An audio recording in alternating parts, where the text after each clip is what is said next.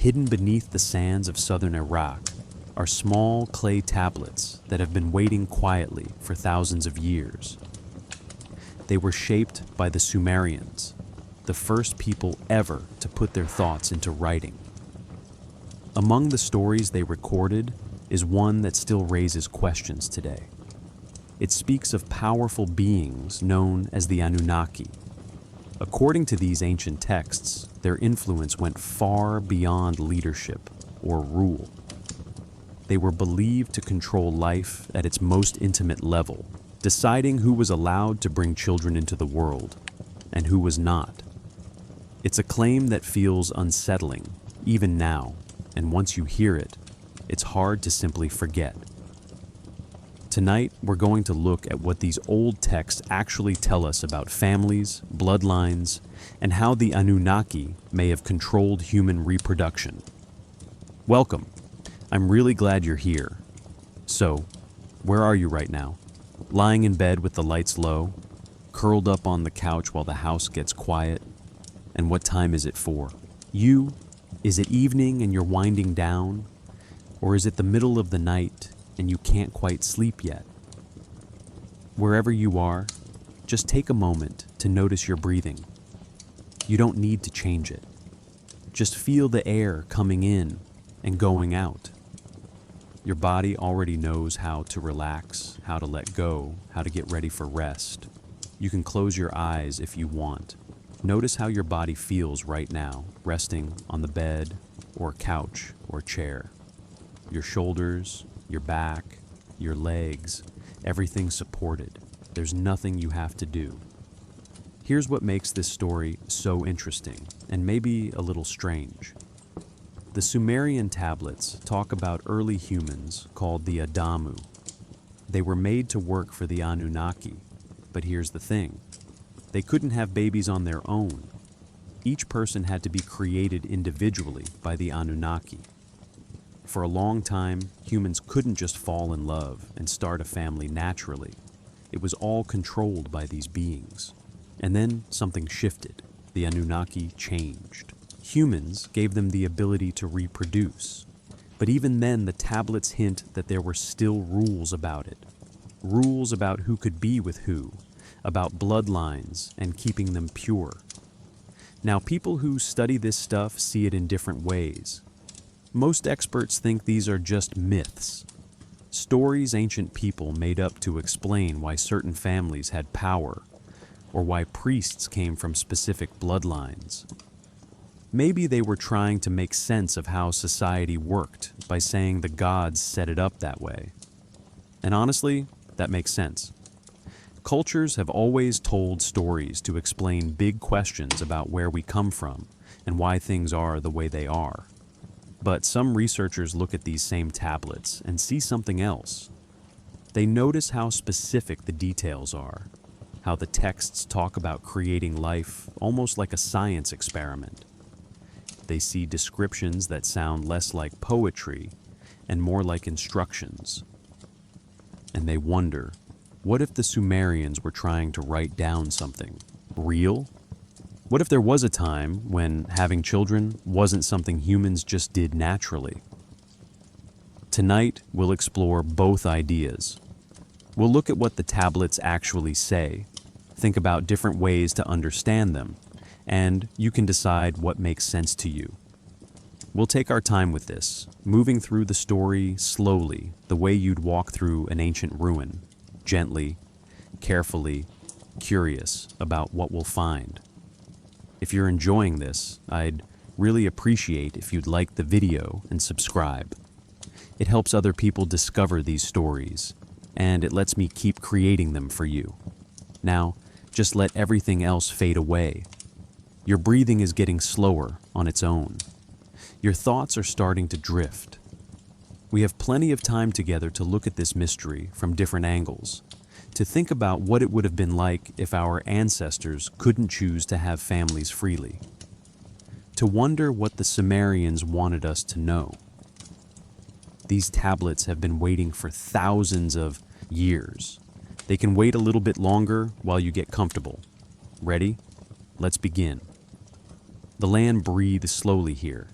The air feels open, cool in the early hours, warmer as light settles across wide ground.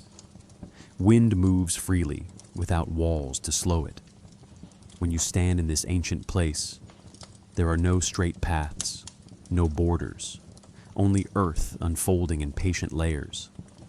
This is the world before names matter, before bloodlines carry weight, before memory is counted.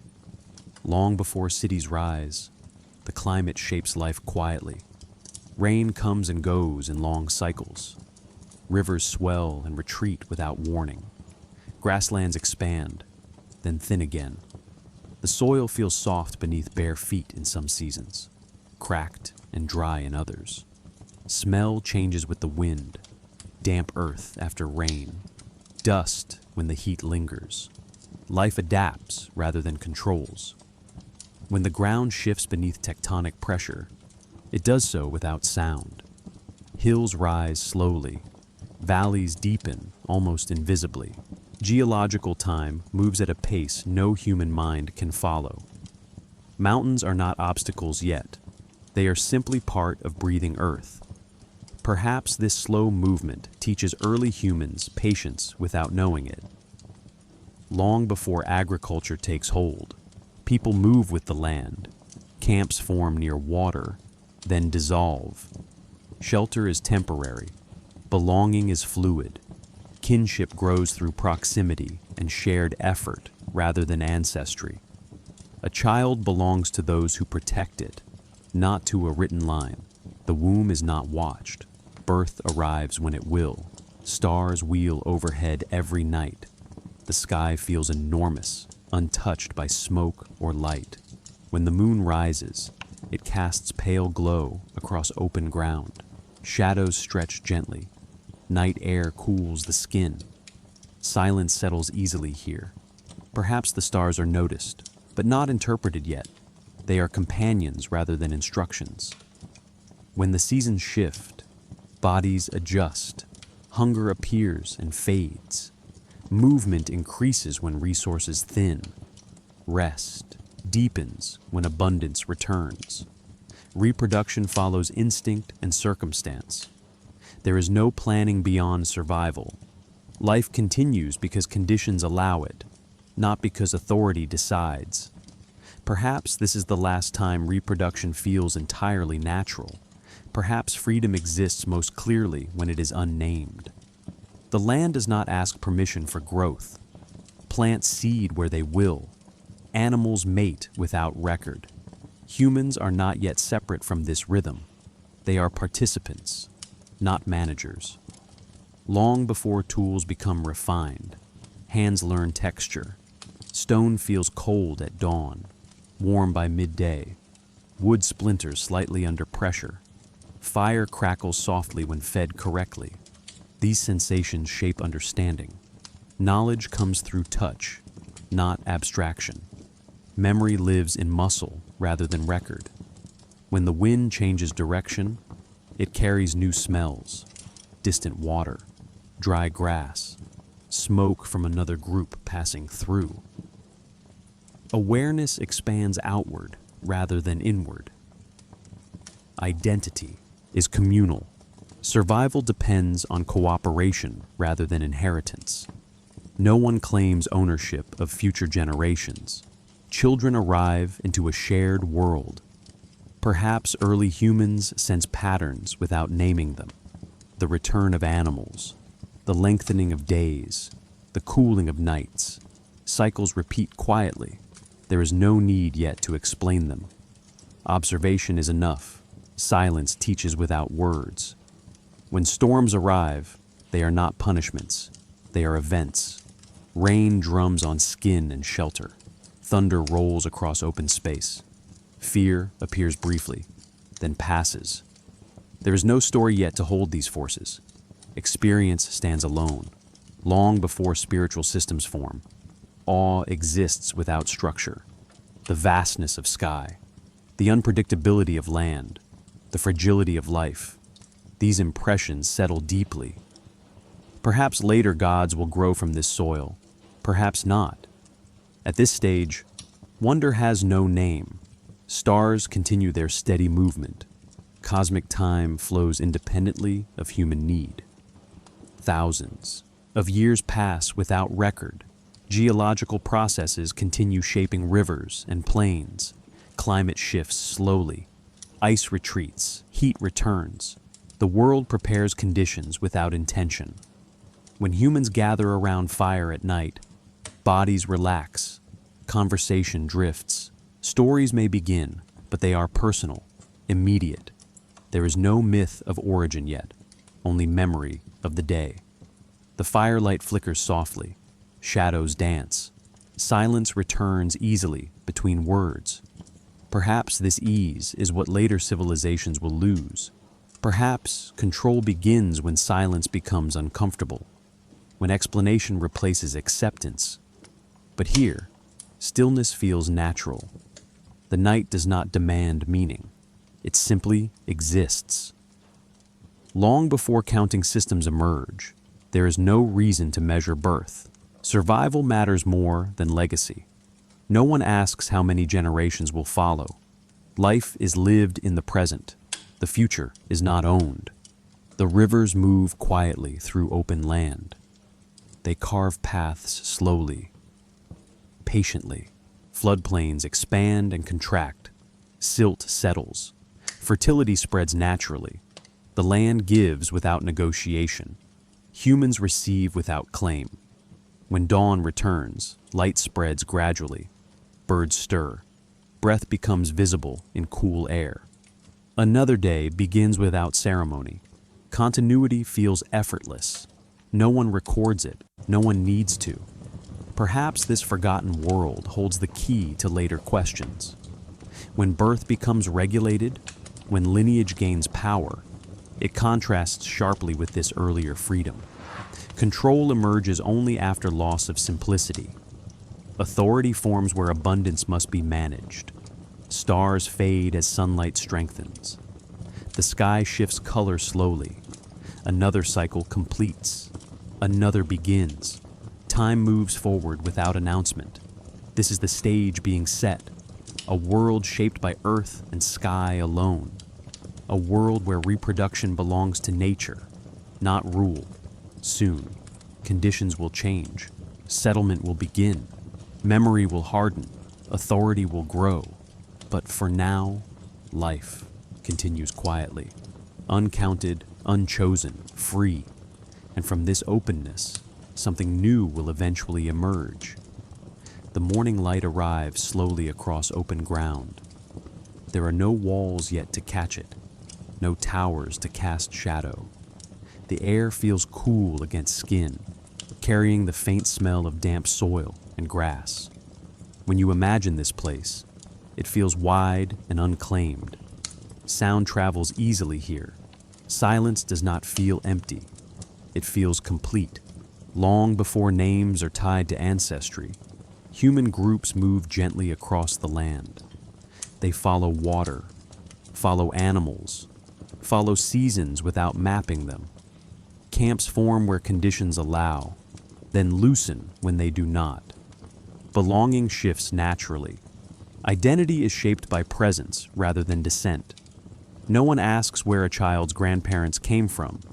The question does not exist yet. When the climate warms gradually, life responds without plan. Plants spread, herds expand. People remain attentive rather than controlling. Bodies learn the land through repetition. Feet know where the ground softens. Hands know which plants yield nourishment. Knowledge passes through demonstration, not instruction. Perhaps this is the last age where inheritance is unnecessary. Skills are shared openly. Survival depends on cooperation rather than hierarchy. A child learns from whoever is near. Authority comes from experience, not birth. Memory is lived, not recorded. Long before agriculture reshapes routine, time feels fluid. Days are marked by light and hunger rather than schedule. Nights are measured by fire and rest. The sky overhead feels close. Stars appear sharp and numerous. When clouds pass, darkness deepens fully. There's no fear of losing direction. Movement is familiar. When the moon brightens the land, it reflects softly off water and stone. Shadows stretch calmly. The body adjusts to light naturally. No one associates these cycles with fate yet. They are patterns, not commands. Long before bloodlines carry, meaning reproduction is not planned. It happens within proximity and circumstance. Fertility follows health and season.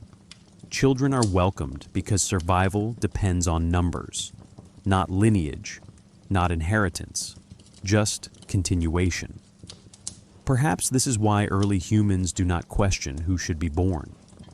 Life arrives as response to conditions. Loss occurs without explanation. Acceptance grows naturally. There is no sense that birth could be restricted by will. When storms arrive, they shape behavior rather than belief. Shelter is reinforced. Movement pauses. Rain cools the ground.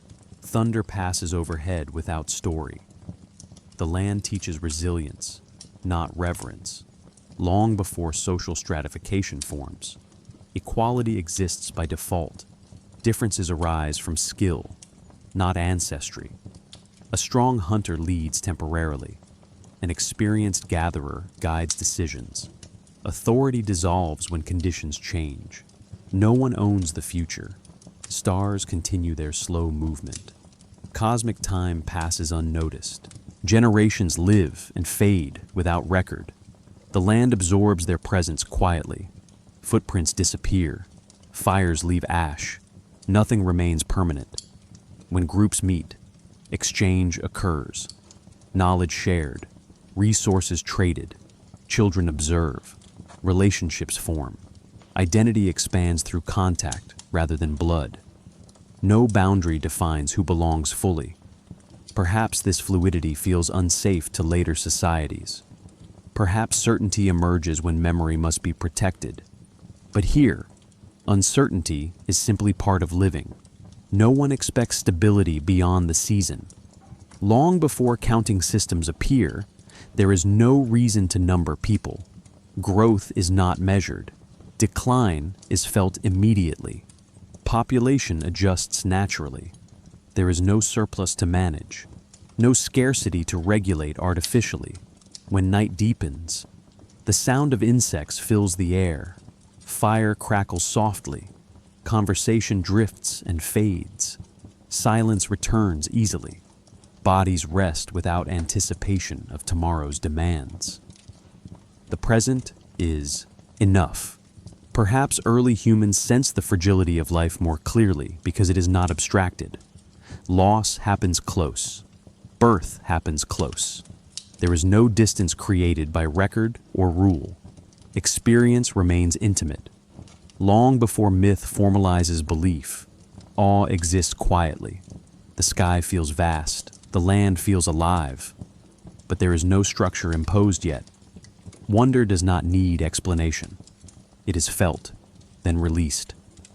When dawn returns again, light spreads gradually. Another cycle completes. Another begins. There is no urgency to preserve this moment. No one imagines it will end. It simply is. Perhaps this world feels distant now because it lacks hierarchy. Later civilizations will struggle to imagine life without inherited status. But this simplicity once existed. It shaped human behavior deeply. The rivers continue carving paths through open land. Their movement is slow, patient, unrecorded. Floodplains expand naturally. Fertility spreads without permission. Life follows water rather than decree. Long before bloodlines become visible, humans live within cycles rather than systems. Birth is not destiny. It is response. Survival remains the only measure. Stars fade as the sun rises higher. The sky shifts color gently. Another day unfolds without structure. Time continues without announcement. This is the forgotten balance. a world where lineage has no power, where reproduction belongs to nature alone, where identity remains flexible. Soon, this balance will shift. Settlement will anchor memory. Records will fix identity. Bloodlines will begin to matter. Authority will attach itself to birth. But for now, life remains uncounted, unregulated, invisible to future systems. And from this invisibility, something structured will eventually grow. The land feels patient in this age. There are no boundary stones, no marked fields, no walls dividing one future from another. Wind moves freely across open ground, brushing tall grass, carrying the faint scent of water and soil. When you imagine this place, it feels unfinished in a gentle way, as if nothing has yet been decided. Long before inheritance defines worth, human life unfolds without fixed paths. No child is born into expectation. No name carries weight beyond recognition. Strength is useful only while it lasts. Wisdom matters only when shared. Authority fades as quickly as it appears. The future remains open, unclaimed. When the climate shifts slowly over centuries, people adjust without record. Warmer periods invite settlement for a time. Colder winds push movement elsewhere. Adaptation feels natural rather than strategic. There is no sense of loss when a place is left behind. Belonging follows people, not land. Perhaps this flexibility protects early humanity. When nothing is owned permanently, nothing must be defended fiercely. Conflict remains limited. Cooperation becomes survival.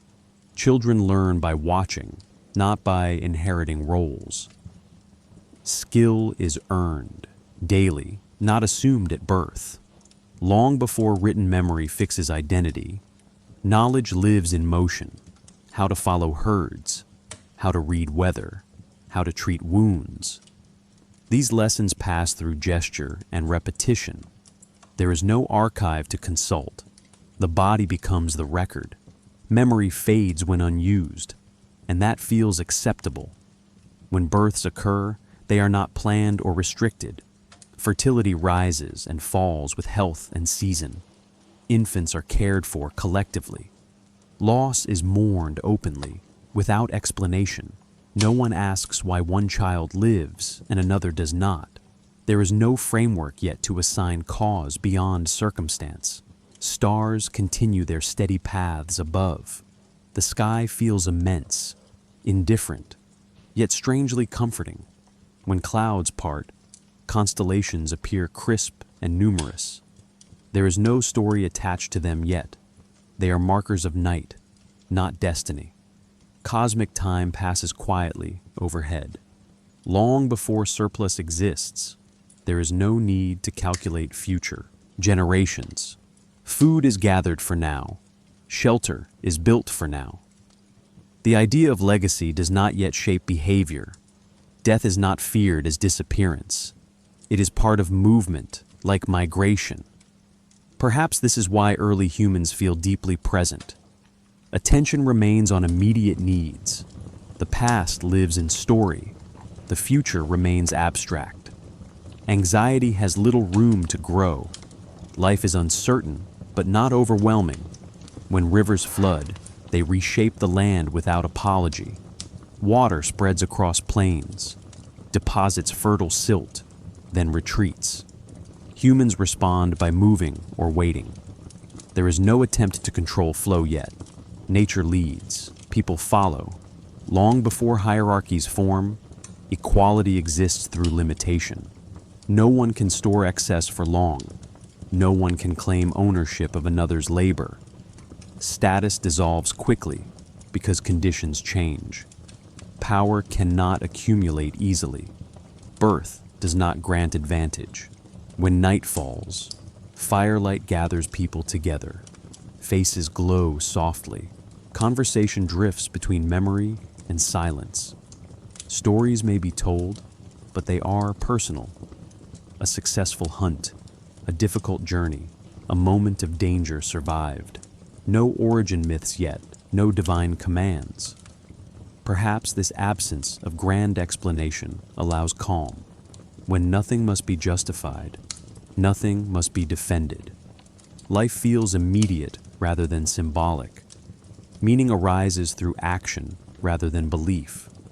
Long before burial rituals formalize, the dead are returned to earth simply. Bodies are placed carefully. Stones may mark the place briefly. Memory fades naturally. Grief passes through the group and moves on. The land absorbs loss quietly. Stars wheel overhead unchanged. Generations live and fade beneath the same sky. Cosmic cycles remain steady while human presence remains temporary. This contrast is felt, even if not articulated. Humility grows naturally in such conditions. When children grow, they are not guided toward destiny. They observe adults and imitate freely. Curiosity shapes skill. Preference shapes role. No external authority assigns future purpose. Freedom exists within necessity. Perhaps later societies will struggle to imagine this openness. Fixed roles provide comfort. Inheritance creates order. But this earlier world thrives without those structures. Stability comes from movement rather than permanence. Long before counting systems appear, population adjusts naturally. When numbers grow too large, resources thin, movement increases. When numbers shrink, abundance returns. There is no deliberate regulation. Balance emerges organically. When storms pass, they leave traces that fade quickly. Mud dries. Grass rises again. The land resets without record. Humans learn impermanence through observation rather than doctrine. Perhaps this world feels fragile from a later perspective. But fragility does not equal weakness. Flexibility allows survival. Adaptation replaces control. Birth remains free because nothing depends on restricting it. Long before lineage becomes authority, identity remains fluid. A person may belong to many groups across a lifetime. No one is trapped by origin. Change feels natural rather than threatening. The rivers continue carving paths slowly. Their movement shapes valleys that will one day host cities. But now, they move without supervision. Floodplains stretch wide. Fertility spreads naturally. Life responds without planning. Stars fade gradually as morning light returns. Another cycle completes. Another begins. There is no sense that this balance will end. It simply exists. Yet conditions are shifting quietly. Climate stabilizes for longer periods. Resources cluster. Movement slows. Settlement becomes possible. Memory begins to accumulate. Soon, permanence will replace flexibility. Records will replace memory. Birth will become more than arrival. It will become assignment. But for now, this world remains open, without inheritance, without destiny, without control, and, from this openness, the first seeds of structure will soon take root. The clay feels cool when first lifted from the riverbank. It yields easily to pressure, smooth and damp beneath the fingers. When shaped and set in sunlight, it hardens slowly, patiently, holding every mark exactly as it was pressed. This quiet transformation changes everything. Memory no longer drifts, it stays. Long before myths are written, administration appears. Archaeological evidence from southern Mesopotamia shows that some of the earliest tablets, dating to around 3300 BCE, record grain, livestock, and labor. Names begin to appear. Quantities are counted. Ownership is implied. These marks are not stories yet. They are systems forming. When archaeologists excavate sites like Uruk and Eridu, They uncover thousands of these tablets stacked deliberately in rooms and pits. Many are broken, some are intact. Light falls across their surfaces and reveals wedge-shaped impressions pressed by reed styluses. The texture of the clay still carries human intention. This is where identity begins to solidify. Perhaps the most important change is subtle. Writing does not only preserve resources, it preserves people. A name recorded once can be referenced again. A birth can be counted. A family can be traced. Lineage becomes visible. The body is not just present, it is documented. Long before gods are described controlling fertility, humans begin doing so indirectly. Records of households appear, lists of dependents, references to sons and daughters tied to labor roles. Scholars believe this reflects growing settlement and surplus. Others suggest it marks the first step towards social control. Evidence allows both readings. When villages grow into cities, permanence replaces movement. People remain in one place across generations. Memory accumulates. The past matters more because it stays relevant.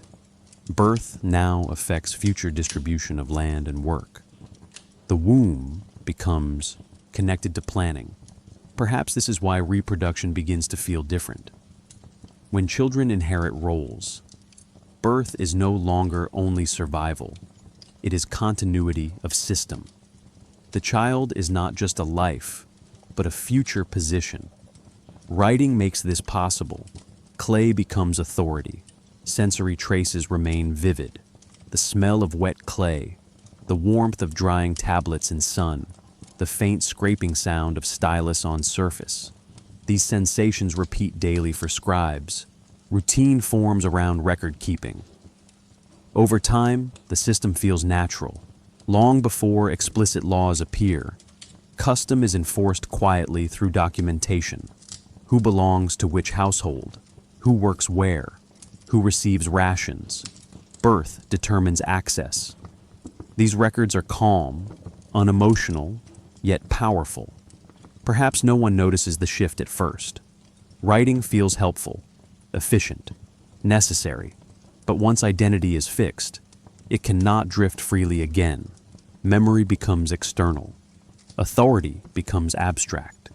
Control becomes possible without force. Stars continue moving overhead as this change unfolds. Cosmic time remains indifferent, yet human time accelerates. Generations now compare themselves to recorded ancestors. The past grows heavier, the future narrows. When archaeologists study these early tablets, they notice inconsistencies. Some births recorded carefully, others absent. Some households detailed, others vague. Questions arise. Who was counted? Who was ignored? Why do some lives appear invisible, even in record? Perhaps omission itself becomes a tool. To be unrecorded is to exist without claim. To be recorded is to belong. This distinction will matter later when gods are said to bless or withhold fertility. The emergence of writing does not immediately create theology, but it creates structure, and structure invites explanation. When systems grow complex, authority seeks justification. Gods will soon fill that space. For now, the clay holds quietly. Birth becomes data. Belonging becomes traceable. The forgotten freedom of earlier ages begins to fade.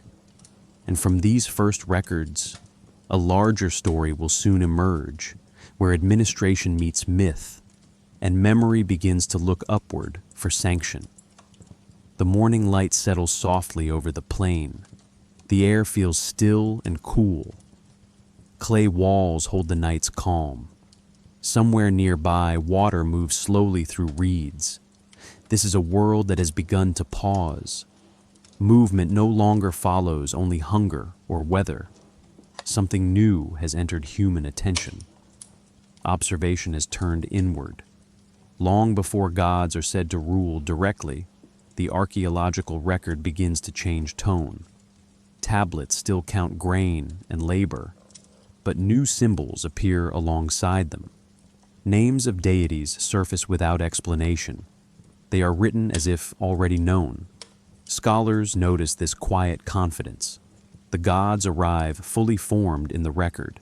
They do not introduce themselves. When the Anunnaki first appear in Sumerian texts, they are not described as distant creators. They are administrators, overseers, judges. They assign tasks. They organize labor. They resolve disputes. Evidence suggests their role mirrors the growing complexity of society itself. As systems expand, authority requires structure. Perhaps this is why divine interest seems focused on humanity at this stage. Population grows. Surplus appears. Planning becomes necessary. Birth affects labor. Labor affects survival. Survival affects order. The gods enter the record, where order requires justification. Clay tablets from Uruk dated around 3100 BCE include references to divine oversight tied to temple economies. Workers are listed alongside offerings. Families appear linked to specific tasks. Children are counted among dependents. These details feel administrative rather than mythic. The divine is woven quietly into daily management. When archaeologists first unearthed these tablets, they noticed something unusual. The language does not describe gods watching humanity from afar. It describes them participating in systems. The Anunnaki are present where decisions are made. This suggests belief aligned closely with governance. Here begins the mini-story that archaeology allows us to reconstruct. In the late 19th century, an excavator named Hormuzd Rassam worked among the ruins of ancient Mesopotamia. In a storage room buried beneath layers of collapsed brick, he uncovered a collection of tablets unlike ceremonial inscriptions. These were practical records, lists, allocations, yet woven among them were divine names repeated with consistency. At first, scholars assumed the gods were symbolic placeholders, but as translation progressed, patterns emerged. Certain deities appeared consistently alongside population counts. Fertility offerings were recorded near labor assignments. Birth and productivity appeared linked. The discovery unsettled assumptions, as tablets were cleaned and cataloged. Light revealed impressions still sharp. After thousands of years, the texture of clay preserved urgency and intention. A stylus pressed firmly here, more gently there. These were not myths etched for eternity. They were working documents. Researchers debated meaning. Some believed divine references legitimized authority. Others suggested priests interpreted natural fertility as divine will. A few wondered whether belief shaped behavior so deeply that gods truly governed reproduction through ritual control. The story unfolds slowly. No single tablet explains everything. Instead, fragments accumulate. One text mentions a blessing for increase. Another records punishment through barrenness. A third lists dependence removed after a ritual failure. None state intention clearly. All imply oversight. When the excavation ended, the questions remained open. Scholars returned to their institutions carrying copies and photographs. Debate continued across decades. No consensus formed. The evidence refused simplification. Perhaps that is the most telling detail. If the Anunnaki were merely symbolic, why record their involvement so consistently? If they were literal overseers, why avoid explicit explanation? The ambiguity feels deliberate, or perhaps unavoidable. Silence surrounds motive. The tablets show action without commentary. They record outcomes, not reasoning. Birth occurs or does not. Labor increases or diminishes. The gods are named where decisions touch continuity. From a philosophical perspective, this moment matters. Humanity begins to see itself as subject to systems beyond nature. Order is no longer only environmental, it is administrative. Birth becomes part of planning. Planning requires authority. Authority seeks legitimacy. Perhaps divine interest reflects human anxiety. As control increases, fear of imbalance grows. Gods become guarantors of stability. They watch where humans cannot. They decide where humans hesitate. Stars continue moving overhead, unchanged. Cosmic time flows patiently, while human systems tighten. The contrast deepens awareness. Something vast watches something fragile. Whether literal or symbolic, the image persists. Sensory traces ground this shift. The smell of incense near temples, the warmth of clay drying, the hush of scribes working in shade. These moments repeat daily. Belief embeds itself through routine rather than revelation. Questions remain unanswered. Did people believe gods chose who reproduced? Did priests enforce rules attributed to gods? Did myth grow from administration or administration from myth? Archaeology holds evidence. It does not decide. Perhaps the Anunnaki did not suddenly take interest. Perhaps humanity noticed interest only when structure required explanation. Belief may follow need rather than precede it. As this section closes, we stand at the threshold. Gods are now present in record. Birth is now counted. Authority has found a voice beyond human hands. In the next movement, this relationship will deepen. Divine oversight will shape not only labor, but lineage. The question of who may continue will move closer to the center of belief, and quietly, the story prepares to turn. The city feels settled now, not finished, but anchored. Mud brick walls hold warmth longer after sunset. Pathways harden where feet pass daily. The air carries familiar smells of grain and smoke. When you imagine this place, it feels stable, but attentive. Life is no longer only lived, it is managed. Long before explicit laws govern reproduction, implications appear quietly in the record. Tablets list households with increasing precision. Dependents are counted carefully. Sons and daughters are recorded alongside labor capacity. Birth becomes measurable, not emotional, administrative. The future is planned through numbers. When scholars examine these tablets, they notice repetition. Certain families expand steadily. Others remain static. Some disappear entirely from record. Perhaps this reflects chance, perhaps migration, or perhaps regulation. The evidence allows multiple readings. None fully resolve the pattern.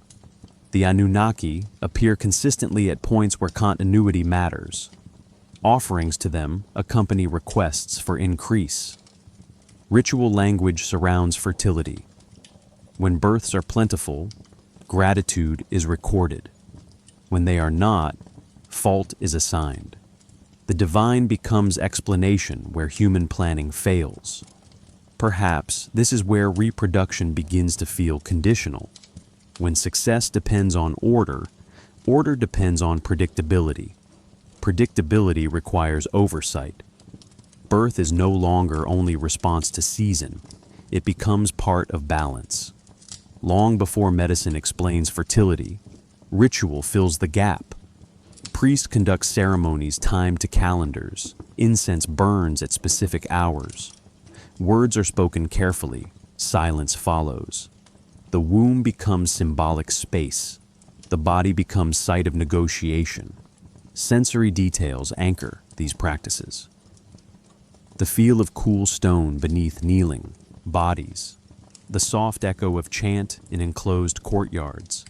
The glow of lamps at dusk. These moments repeat. Belief settles through repetition. When archaeologists uncover temple complexes from this period, they find altars positioned near administrative rooms. Sacred and practical coexist. Birth is discussed near storage lists. Fertility is managed alongside surplus. This proximity feels intentional. Perhaps gods are invoked not because they control birth, but because birth feels uncontrollable. The unknown invites authority. The Anunnaki occupy that space. They become guardians of continuation. Some scholars suggest this reflects social hierarchy. Elite families receive divine blessing through ritual access. Others suggest myth encodes population management. A few imagine literal intervention. The texts remain open enough to support each. Stars continue their steady paths overhead. The same constellations return season after season. Priests note timing. Certain periods are favored for conception, others avoided. Cosmic order mirrors social order. The sky becomes calendar and justification. Questions gather quietly. Were some births discouraged intentionally? Were others encouraged? Did belief alone shape behavior? Or did authority enforce rules attributed to gods? Archaeology cannot hear intent. It observes outcome. Perhaps the most telling change is emotional restraint. The tablets do not celebrate birth with joy. They record it. Life becomes resource.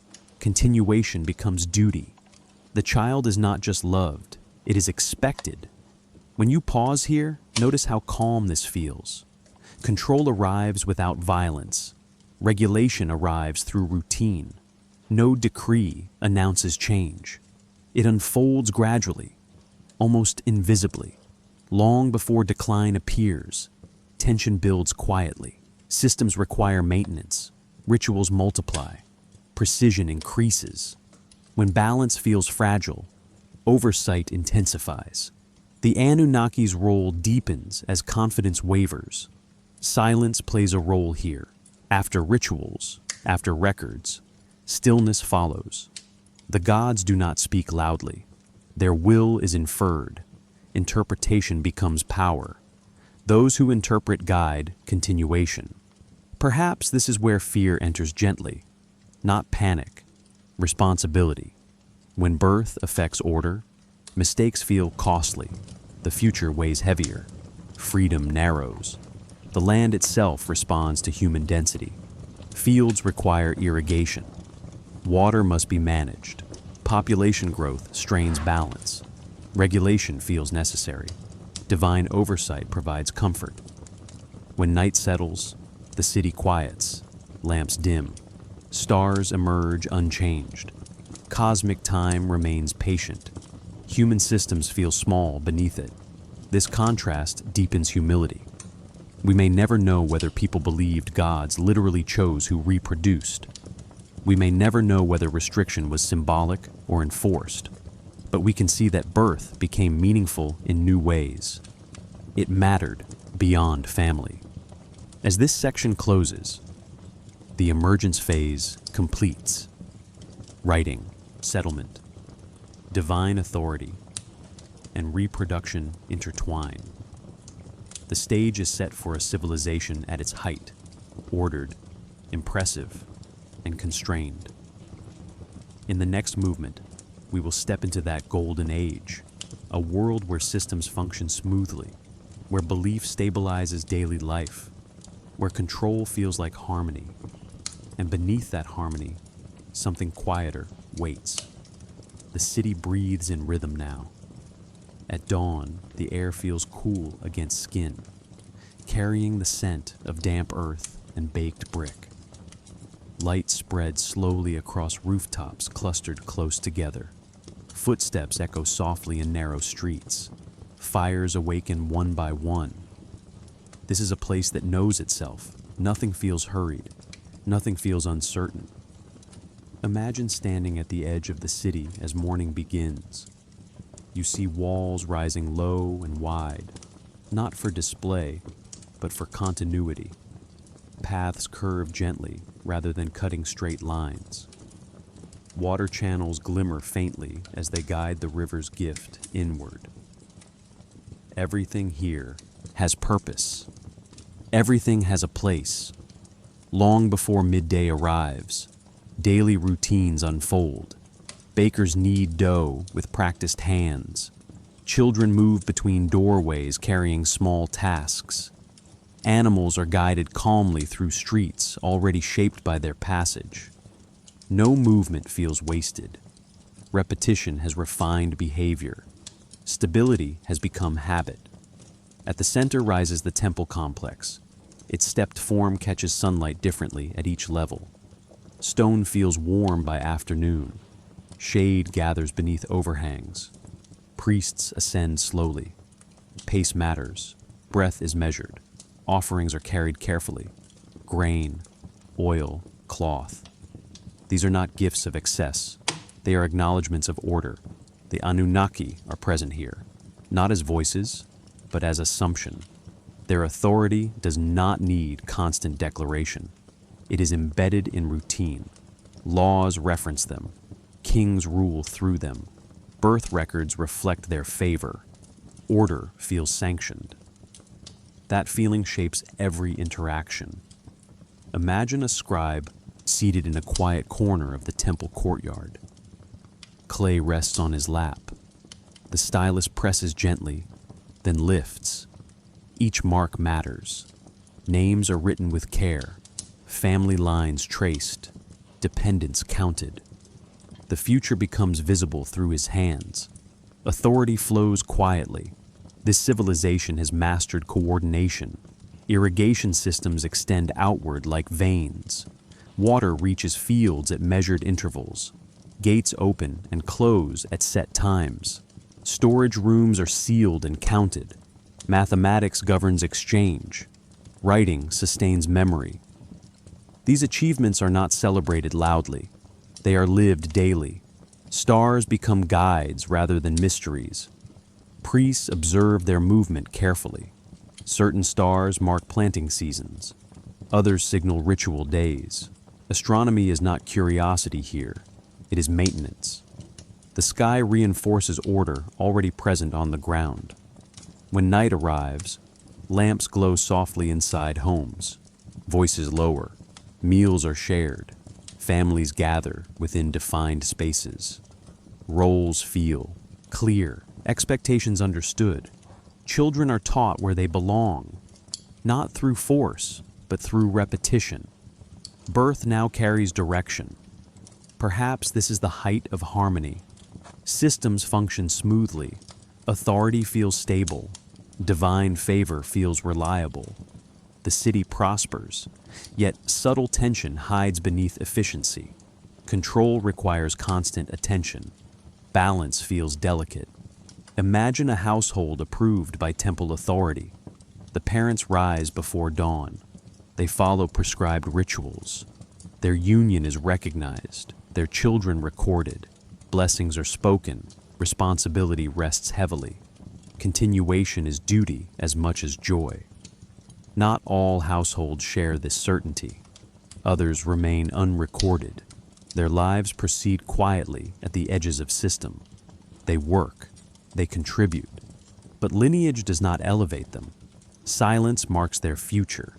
This contrast exists without open conflict. Acceptance replaces protest. Art reflects this balance. Seals depict ordered scenes.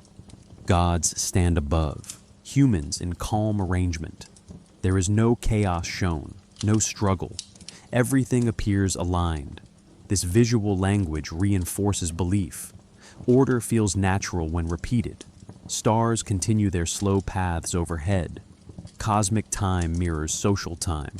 Both move predictably, both reassure.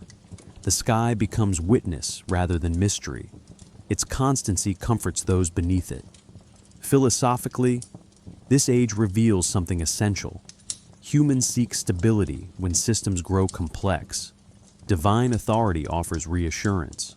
Control over birth ensures continuity. Yet the cost is subtle. Freedom narrows, identity fixes, change becomes difficult. The golden age does not feel oppressive from within. It feels successful, productive, safe. People trust that order will hold. They trust that gods approve. They trust that tomorrow will resemble today. But trust requires maintenance. Rituals multiply, calendars fill, precision increases. These are not signs of failure. They are signs of care. Yet they also hint at fragility. When something must be protected carefully, it is not invulnerable. Imagine standing on the temple steps at night. The city below rests quietly. Stars shine above unchanged. Wind moves gently across stone. In this stillness, the contrast becomes visible. Human order feels intricate. Cosmic order feels effortless. Perhaps some sense this difference. Perhaps questions form quietly. Does control guarantee harmony? Does regulation ensure balance? Or does it create dependency?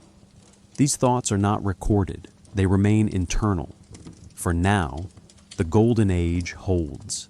Civilization thrives. Bloodlines structure society. Reproduction aligns with order. Achievement feels complete. Yet beneath stone and ceremony, something remains unseen. Hidden tensions, unasked questions, unrecorded lives. These elements gather quietly, like water beneath clay. As we move forward, we will look beneath this surface, beyond visible harmony, toward hidden dimensions that complicate what appears complete. Because even at its height, something deeper waits to be explored. A day within the approved line. Word count, exactly 1,200 words. The morning begins before the city fully wakes. Cool air lingers in shaded streets. Stone beneath bare feet holds the night's calm. Somewhere nearby, a door opens softly. A household begins its day not in haste, but in sequence. Every movement feels practiced. Every pause feels known. This is a family whose place is recognized. Imagine stepping quietly into this home. Light enters through a small opening near the roof. It falls gently across woven mats and clay vessels. The smell of grain and oil rests in the air. There is no excess here, only balance. The parents rise together. They do not speak much. Words are unnecessary at this hour. This family belongs to a line approved by temple record. Their names are inscribed on clay. Their children are counted. Their future is anticipated. This recognition brings security, but also expectation. Birth here is not accidental. It is responsibility. The father washes his hands carefully. Water feels cool against skin. He pauses briefly, then faces a small household altar. A simple offering is placed. Grain, a measured amount. He bows his head. The gesture is calm, routine. Faith has become habit rather than emotion. The mother prepares the morning meal. Her movements are steady. She knows her role well. Her body has already borne children. Each birth recorded. Each survival acknowledged. Fertility here is seen as blessing. Yet blessing must be maintained. Carelessness feels dangerous. When the children wake, they move quietly. They have been taught restraint early. They understand that their presence matters beyond affection. They represent continuation. Their behavior reflects on the household. This awareness settles gently but firmly. Imagine the eldest child following the father later that morning. They walk toward the temple district. Streets narrow. Sounds echo softly. Other families move with similar purpose. Some are recorded, others are not. The difference is not spoken. It is understood. At the temple courtyard, activity unfolds calmly. Priests move between chambers. Scribes sit in shade. Clay tablets are stacked neatly. The child watches as the father speaks briefly with an official. Names are confirmed, counts reviewed. A nod follows. Nothing dramatic occurs. approval is quiet. This is the heart of the mini story. A single moment of confirmation. The family remains within favor. Their line continues uninterrupted. The child does not fully understand what has just been preserved, but they feel relief without naming it. As they leave, incense smoke drifts slowly upward. The smell is faint but distinct. The air feels still. Sound softens near stone walls. Silence here feels intentional, sacred. The gods are not addressed loudly. Their presence is assumed. Later that day, the mother visits a communal space reserved for women. Conversation remains practical. Health, timing, ritual observances. Fertility is discussed without romance. It is function. Yet beneath the surface, emotion rests quietly. Fear of loss, hope for continuity, responsibility carried inward. Stars are already anticipated long before night arrives. Calendars guide behavior. Certain days are favored, others avoided. Cosmic cycles shape intimate decisions. The sky watches silently. Its movement feels steady, reliable. When evening comes, the family gathers again. Food is shared. The day is reviewed briefly. No celebration occurs. Stability is not celebrated. It is maintained. Children are guided toward rest early. Tomorrow will resemble today. Perhaps this life feels narrow from the outside, yet from within, it feels safe, predictable, anchored. The future feels mapped. Anxiety softens under structure, but structure carries weight. The parents feel it when they lie down. Silence stretches. Sleep arrives slowly. They know that another child may be expected, another birth recorded, another responsibility accepted. Choice feels limited, yet purpose feels clear. Stars rise overhead. The same stars that watched earlier generations. The same stars that will watch those yet unborn. Cosmic time continues unaffected. Human systems feel small beneath it, yet they persist. This single day ends quietly. Nothing extraordinary occurs. And that is precisely the point. Control does not arrive through spectacle. It arrives through routine, through repetition, through calm acceptance. For those chosen to continue, life unfolds within defined boundaries. Birth is gift and obligation. Identity is confirmed externally. Freedom is shaped by approval. As the city settles into night, lamps dim, voices fade. Wind moves gently across rooftops.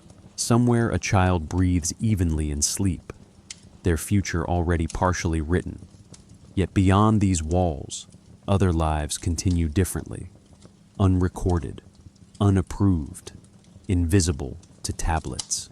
Their stories unfold without confirmation. That contrast remains hidden, for now. And as this golden age continues, the question grows quieter but heavier. What happens to those not chosen? What happens when approval fades? In the next movement, we will follow that shadowed path. The edge of the city feels quieter. Sound softens here. Footsteps fade sooner. Walls are lower. Paths feel less certain beneath the feet. When you stand in this place, the air seems the same, yet different. Life continues here without ceremony, without confirmation, without record. Imagine walking just beyond the temple district as the morning unfolds. Light reaches this area later. Shadows linger longer against worn brick. The smell of grain is fainter. Smoke rises from fewer fires. People move with purpose, but without destination, acknowledged by others. Their routines exist. They are simply unseen. These households do not appear on tablets. Their names are not pressed into clay. Their children are not counted as future roles. They work where needed. They receive rations when available. They survive within the system, but never shape it. Belonging here feels conditional and temporary. Long before midday arrives, work begins. Hands carry loads, backs bend, tools strike earth and stone. The texture of labor is familiar. Rough handles, dust on skin, sweat drying slowly in the heat. These sensations repeat daily. Effort does not change status. It only sustains life. Perhaps these families arrived later. Perhaps their ancestors moved during hardship. Perhaps omission was intentional. Archaeology does not explain absence easily. Records preserve what matters to authority. Silence often marks what does not. When scholars study population lists from this period, they notice gaps. Entire groups appear only indirectly through labor totals. Births occur without record. Deaths pass without notation. These lives exist statistically, but not personally. The system does not need their names. Imagine a woman rising before dawn in one of these homes. She prepares food quietly. There is no altar here, no ritual beyond necessity. Her children wake slowly. They are not guided toward inherited roles. They learn by watching. Survival teaches quickly. She does not expect approval. She does not seek it. Birth happened because conditions allowed it. Care continues because it must. The future remains uncertain. Yet there is freedom here too. Fewer expectations, fewer demands, less weight carried from the past.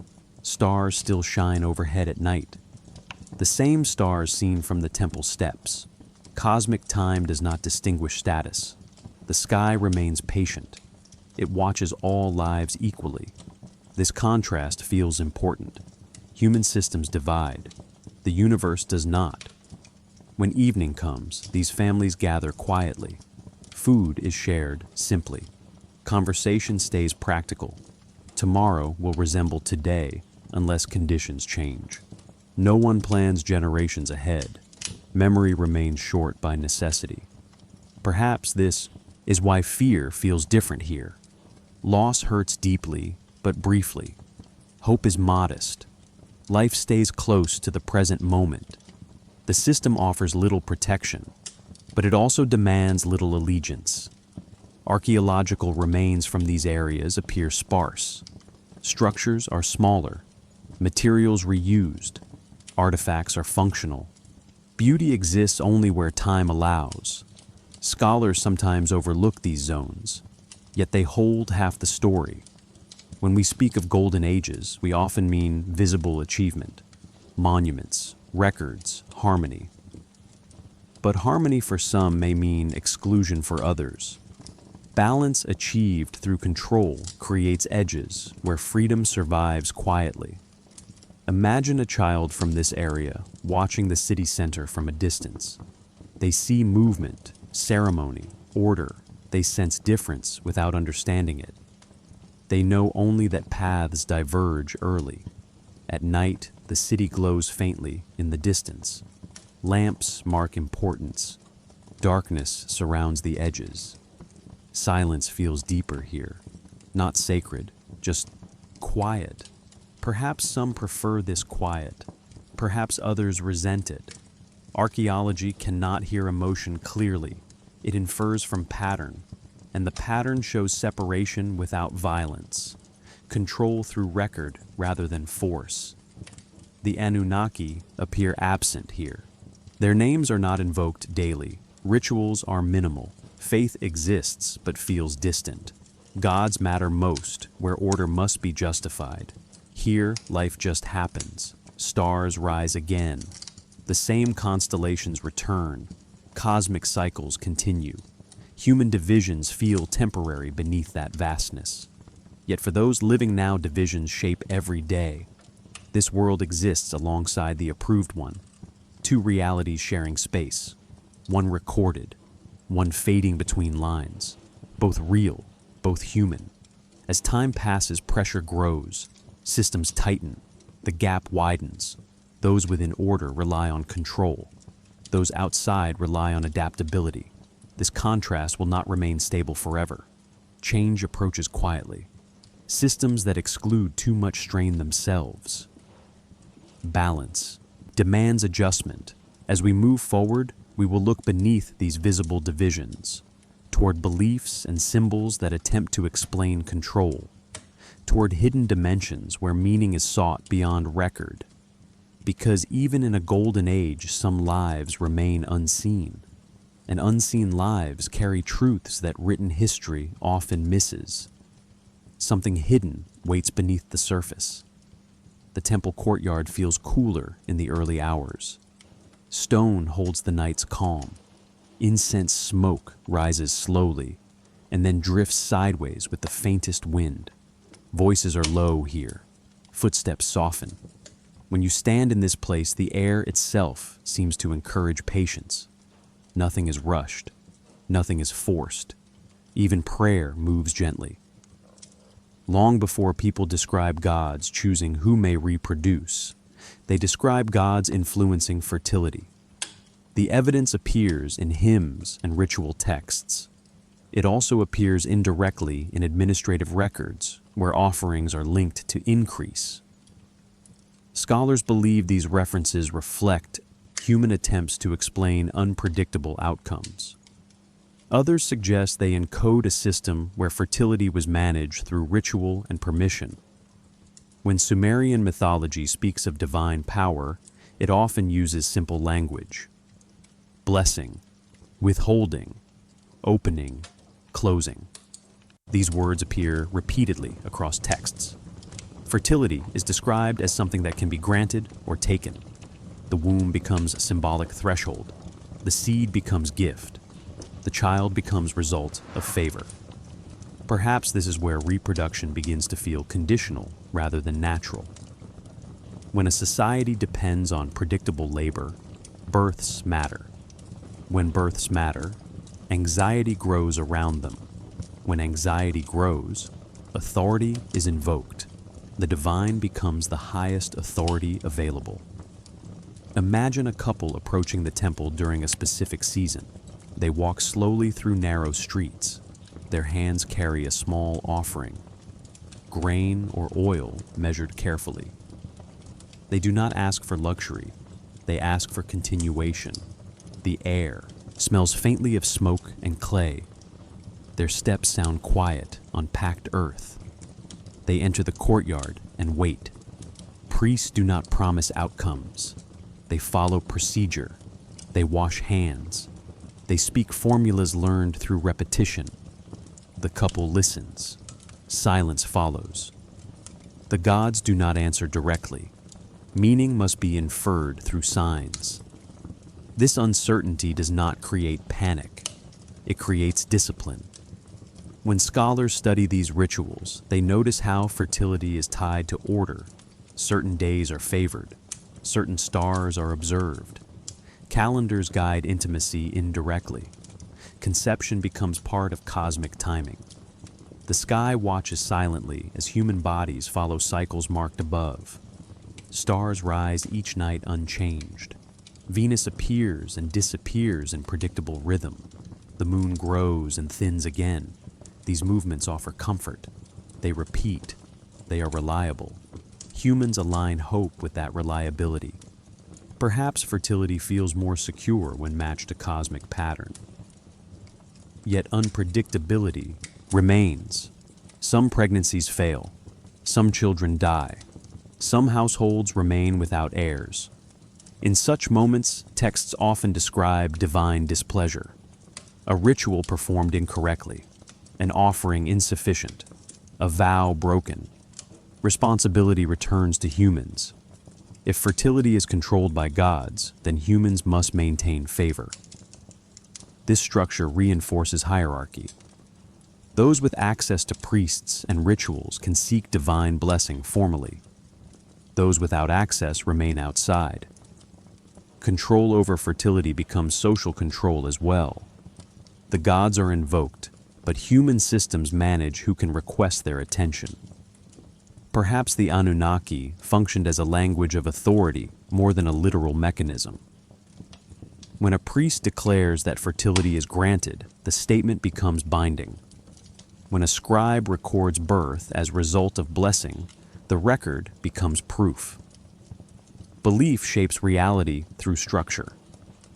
Some scholars argue that these myths reflect agricultural metaphor.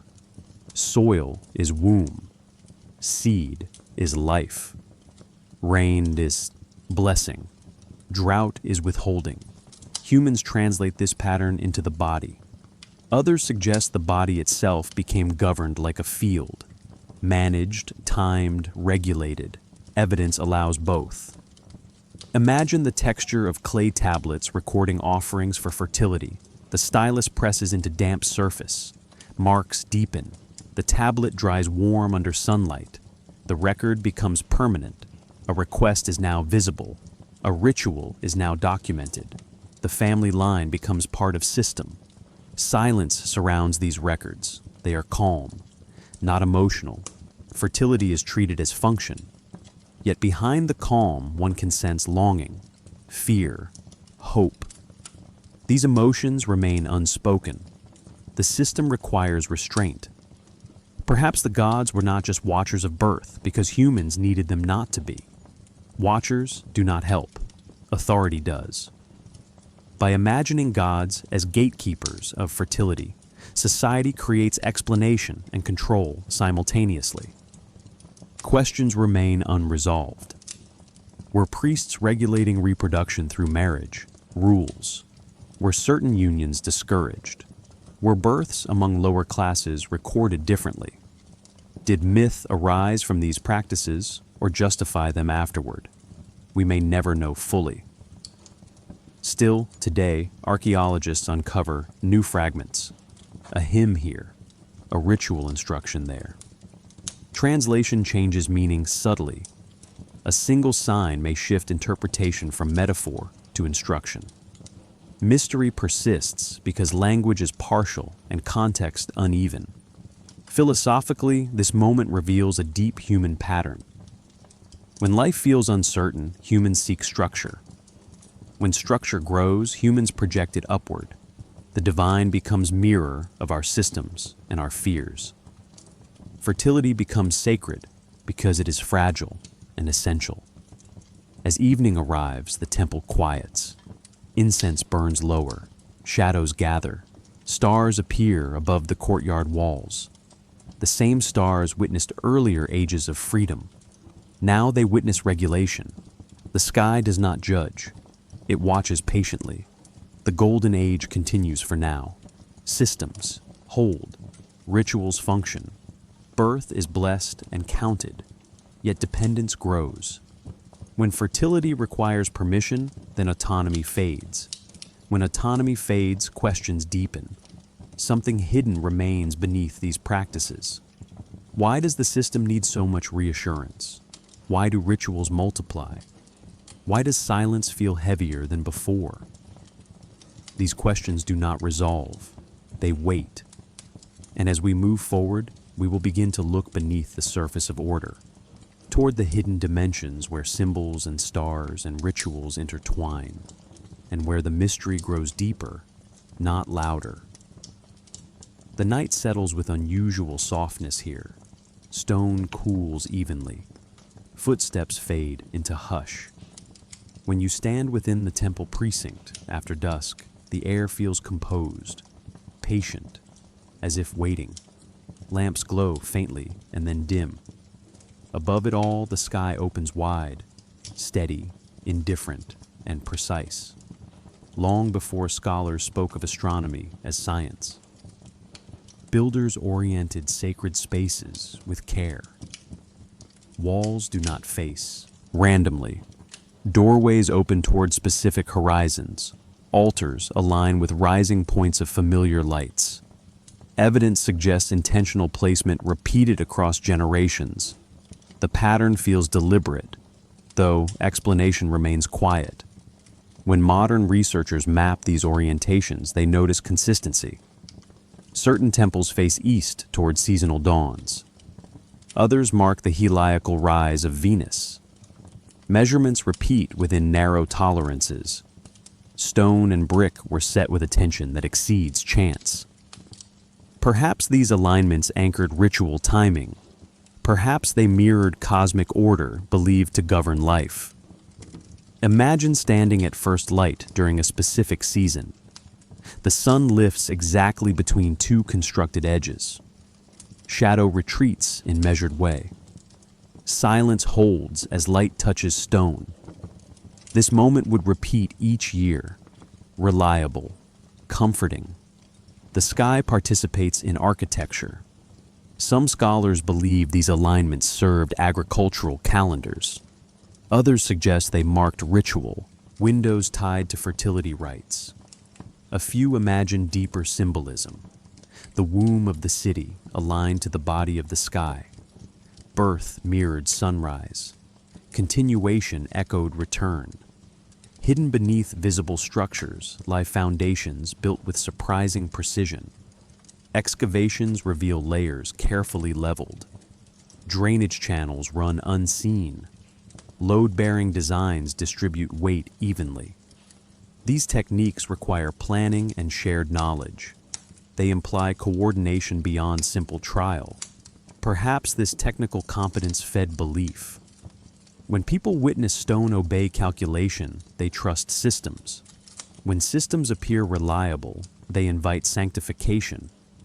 The Anunnaki become patrons of order because order works. Art reinforces this connection quietly. Cylinder seals depict gods holding stars or standing upon cosmic symbols. The imagery repeats across sites. The gods are not wild forces. They are measured, balanced, controlled. Their authority resembles the sky's predictability. Modern astronomy confirms what ancient observers likely knew through patience. Planetary cycles repeat. Venus appears and disappears in known rhythm. Lunar phases align with tides and seasons. These patterns would have been noticed through careful watching rather than instruments. Silence teaches when attention remains steady. Perhaps ritual silence mattered because observation requires stillness. Loud spaces distract. Quiet spaces focus. Temples create calm intentionally.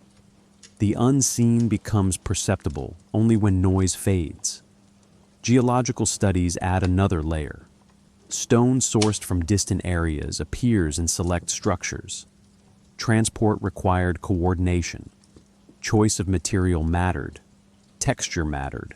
Durability mattered. These decisions suggest foresight, planning across time. Alternative interpretations remain welcome. Some scholars argue alignment patterns emerge from practical constraints rather than intention. Streets follow terrain. Buildings face wind. Chance accumulates into pattern. This view cautions against overreading. It invites restraint. Yet restraint does not erase wonder. Even practical choices can carry meaning. When a doorway frames sunrise daily, the effect shapes belief regardless of original intent. Experience teaches symbolism through repetition. Perhaps these hidden dimensions operated on multiple levels simultaneously. Practical calendars, spiritual reassurance, social cohesion. No single explanation satisfies fully. The system's strength may lie in its ambiguity. Beneath floors, archaeologists find offerings placed carefully. Small objects, stones, figurines. These deposits remain unseen during daily use. Their presence suggests private communication with unseen forces. The building holds secrets underfoot. Silence gathers around these discoveries. Objects placed intentionally and then concealed imply trust. Once hidden, they need not be witnessed again. Faith persists without display. What if these unseen elements mattered more than monuments above? What if continuity depended on what remained buried rather than celebrated? The unseen often anchors the visible. Astronomical texts from later periods reference divine decrees tied to celestial events. Eclipses signal change. Unusual alignments prompt caution. Birth and death are discussed in relation to sky events. Whether metaphor or belief, the link persists. Perhaps the Anunnaki were imagined as stewards of these cycles, not creators but keepers. They maintain timing. They regulate thresholds. They approve continuation when alignment feels right. Modern science explains cycles without gods. Yet explanation does not erase experience. Knowing why sunrise aligns does not remove its effect. Awe remains gentle. Stillness returns each night. The sky repeats its patterns. Stone remains quiet. Hidden channels carry water unseen. Systems endure through patience. Some mysteries remain unsolved. We cannot know intent with certainty. We cannot hear ancient thoughts directly. We observe traces and infer carefully. As we leave this layer, we carry humility. Beneath measured sky and silent stone, something persists beyond proof. The hidden does not demand resolution. It invites calm attention. In the next movement, we will look deeper into symbols and secrets that speak softly from art and ritual, where meaning lingers without words. Long before written explanation accompanies art, symbols carry weight quietly.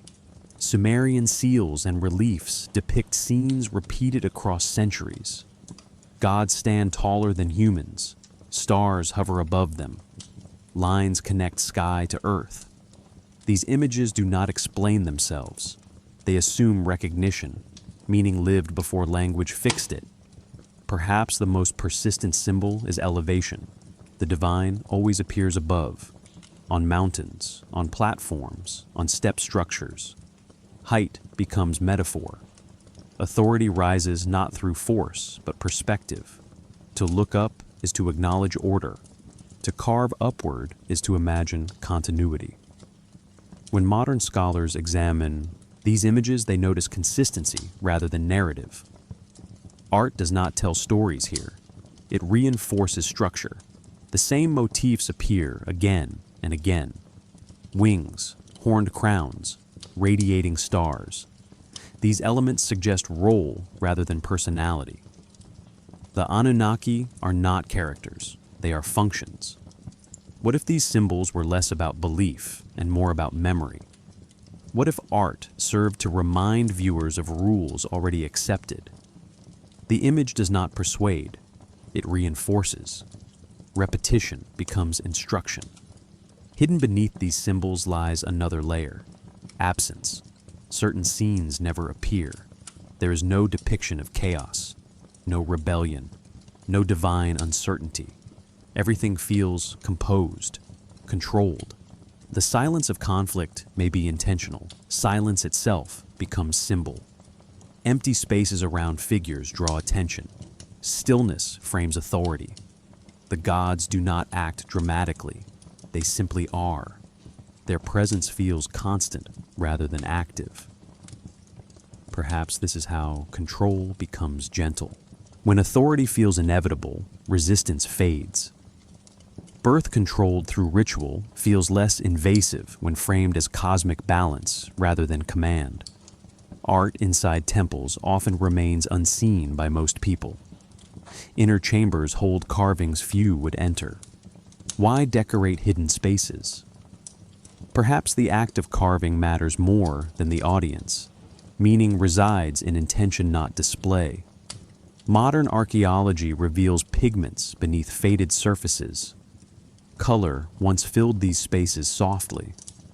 Blues and reds glimmered under torchlight. The sensory experience would have felt immersive. Art surrounded ritual, quietly reinforcing belief. Symbolism extends into language as well. Certain words repeat across texts. Open, close, bind, release. These verbs apply to doors and wombs alike. Metaphor bridges architecture and body. The city becomes organism. The womb becomes gate. What if these symbolic overlaps shaped how reproduction was imagined? When gates are opened by authority and closed by decree, bodies may follow same logic. Control feels natural when language aligns spaces this way. Alternative interpretations remain essential.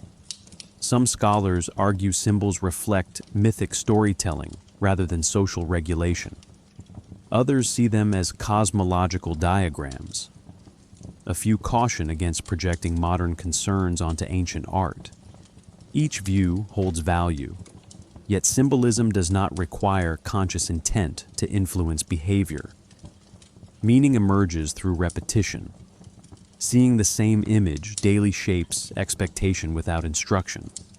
Art teaches through presence. Beneath floors, archaeologists uncover ritual objects intentionally hidden.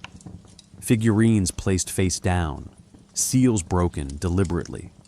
These acts suggest closure, completion. Perhaps fertility rites ended with concealment. Perhaps secrecy preserved potency. Silence surrounds these deposits. They were not meant to be revisited. Their power lay in being unseen. The hidden carries weight precisely because it remains untouched. Astronomical symbols appear frequently. Stars placed above gods. Crescent shapes repeated. These motifs link authority to sky. The heavens legitimize structure below. Cosmic time validates human order. Perhaps this connection eased anxiety. When birth depends on alignment beyond human reach, responsibility shifts upward. Loss feels less personal. Control feels shared with universe. Modern science explains celestial motion mathematically. Yet ancient observers experienced it emotionally. Watching stars rise and set nightly fosters intimacy. The sky feels present, alive, patient. Stillness returns as you linger among these symbols. Stone absorbs sound. Air feels calm. The space invites reflection rather than explanation. Meaning floats gently without landing.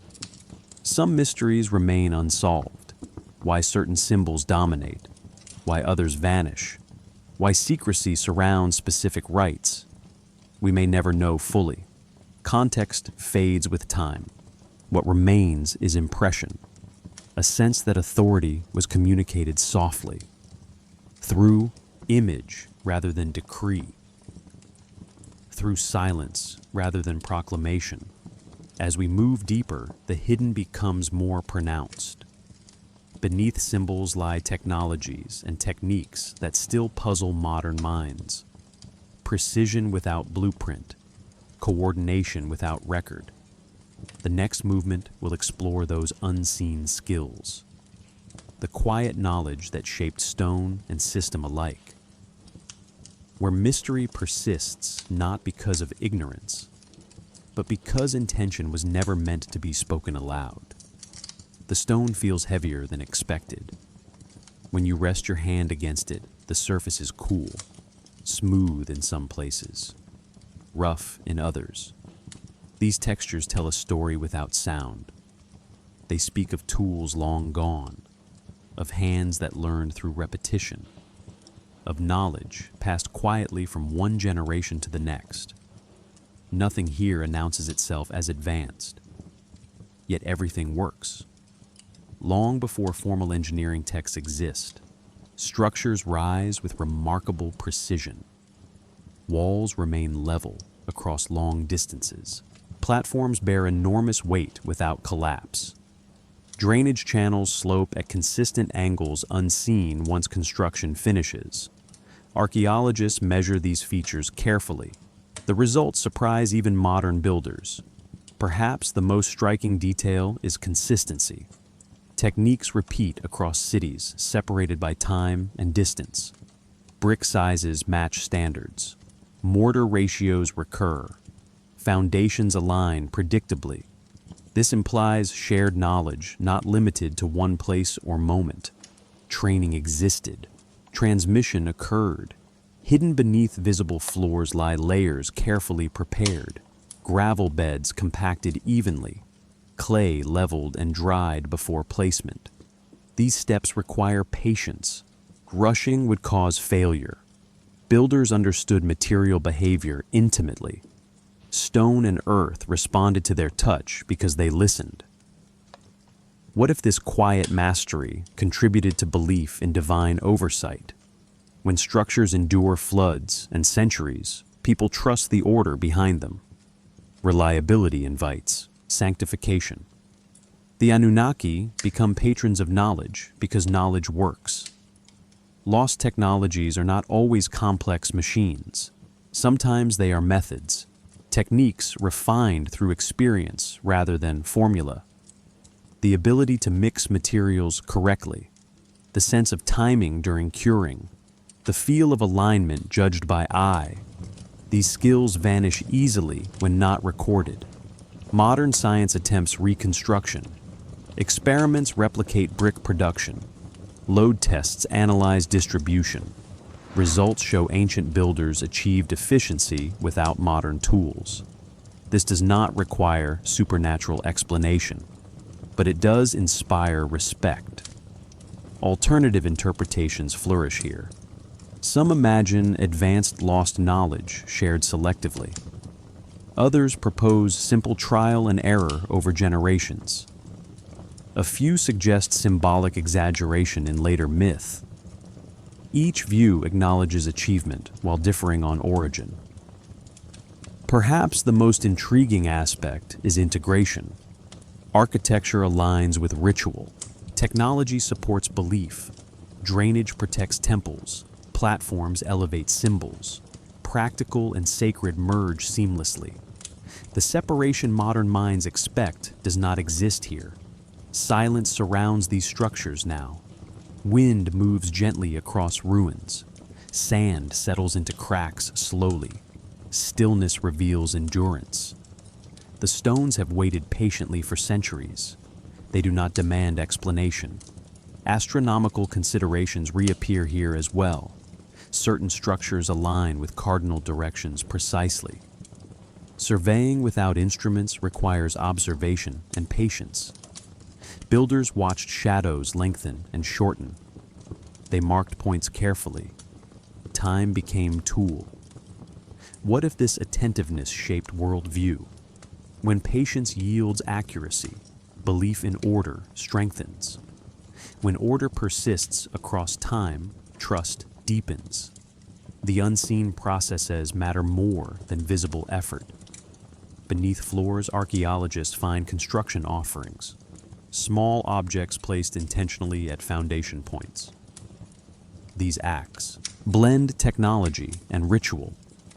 Building becomes dialogue with unseen forces. Completion requires acknowledgement. Perhaps this practice reflects humility, recognition that human skill operates within larger system. Earth must accept structure. Water must flow properly. Sky must cooperate. Builders honor these elements through ritual. Modern geology explains soil behavior. Modern physics explains load distribution. Yet explanation does not diminish skill. Ancient builders lacked equations, but possessed observation. Knowledge resided in practice rather than abstraction. Stillness deepens as you imagine these spaces at rest. The city quiet at night, the stone cooling evenly, the sky overhead unchanged. Knowledge rests within structure, unseen but active. Some mysteries remain unresolved. Why certain techniques appear suddenly, why others disappear. Why knowledge sometimes concentrates, then fades. Archaeology offers clues, not conclusions. What remains clear is intention. Care permeates. Construction. Attention shapes outcome. Nothing is accidental. This intentionality mirrors social order. Birth regulated, labor assigned, structure maintained. As we prepare to move forward, we recognize that hidden dimensions are not separate from daily life. They support it quietly. They shape experience without drawing attention. In the next movement, we will confront the larger questions these systems raise. Why control emerges? Why mystery persists? Why humans imagine oversight beyond themselves? For now, stone holds its silence. Knowledge remains embedded, waiting patiently, still doing its work, long after voices have faded. The questions arrive softly at this stage. They do not demand answers. They settle beside us like night air cooling stone. When you pause here, the city feels distant. The tablets feel quieter. What remains is inquiry shaped by patience rather than urgency. Some scholars believe the Anunnaki never chose who could reproduce at all. They suggest the texts reflect human systems projected upward. Authority existed already. Administration regulated labor and lineage. Gods entered language to legitimize rules people had begun enforcing themselves. In this view, the divine is mirror, not master. Others suggest belief shaped behavior so powerfully that it functioned as control regardless of origin. If people truly believed fertility depended on divine approval, then choices followed accordingly. Marriage timing, ritual compliance, abstention during forbidden periods.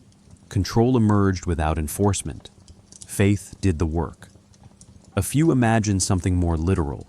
They note the precision of records, the calm consistency of language, the absence of doubt in ritual instruction. Perhaps priesthoods exercised authority over reproduction directly while attributing decisions to gods. Perhaps access to ritual equaled permission. This interpretation remains speculative. It neither proves nor disproves divine involvement. Perhaps all three views overlap. Systems may arise organically. Belief may reinforce them.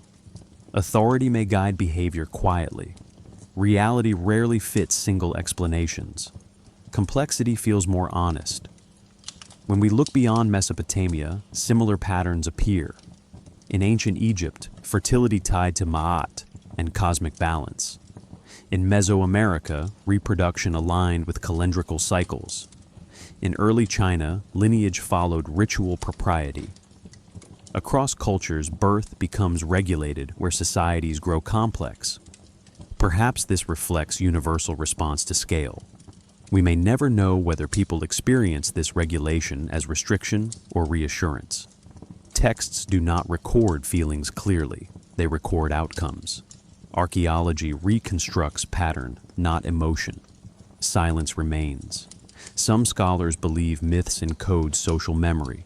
Stories preserve experience indirectly. The Anunnaki, overseeing humanity, may reflect remembered transition from freedom to structure. The myth speaks where record remains dry. Others suggest the gods embody environmental forces, floods, droughts, disease. Fertility fluctuates beyond human control. Deifying these forces provides narrative coherence. Birth appears chosen because nature feels selective. Maybe the truth shifts across time. Early belief symbolic, later practice literal, or the reverse. Systems evolve, meaning follows. We may never know exactly how decisions were made. We may never know who enforced them. We may never know whether people questioned authority privately. These gaps are not failures. They are reminders of distance. Perhaps mystery itself served purpose.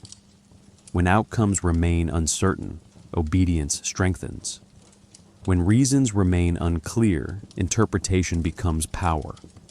Ambiguity stabilizes systems better than certainty. Consider how silence operates. Texts do not explain rationale. Rituals do not justify themselves.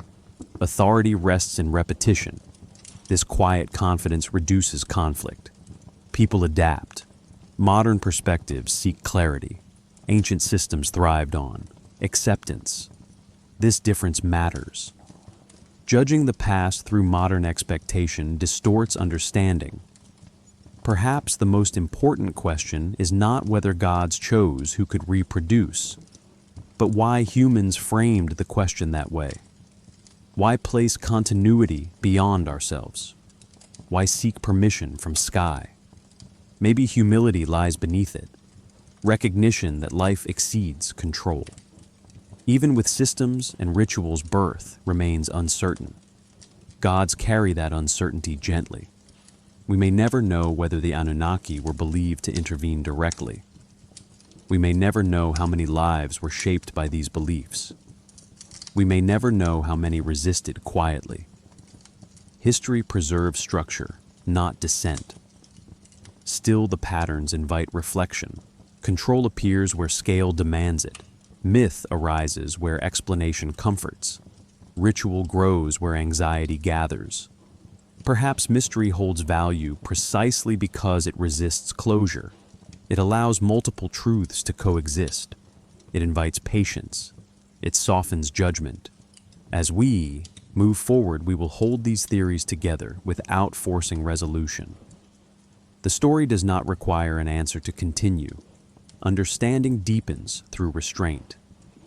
In the next movement, we will widen the lens further.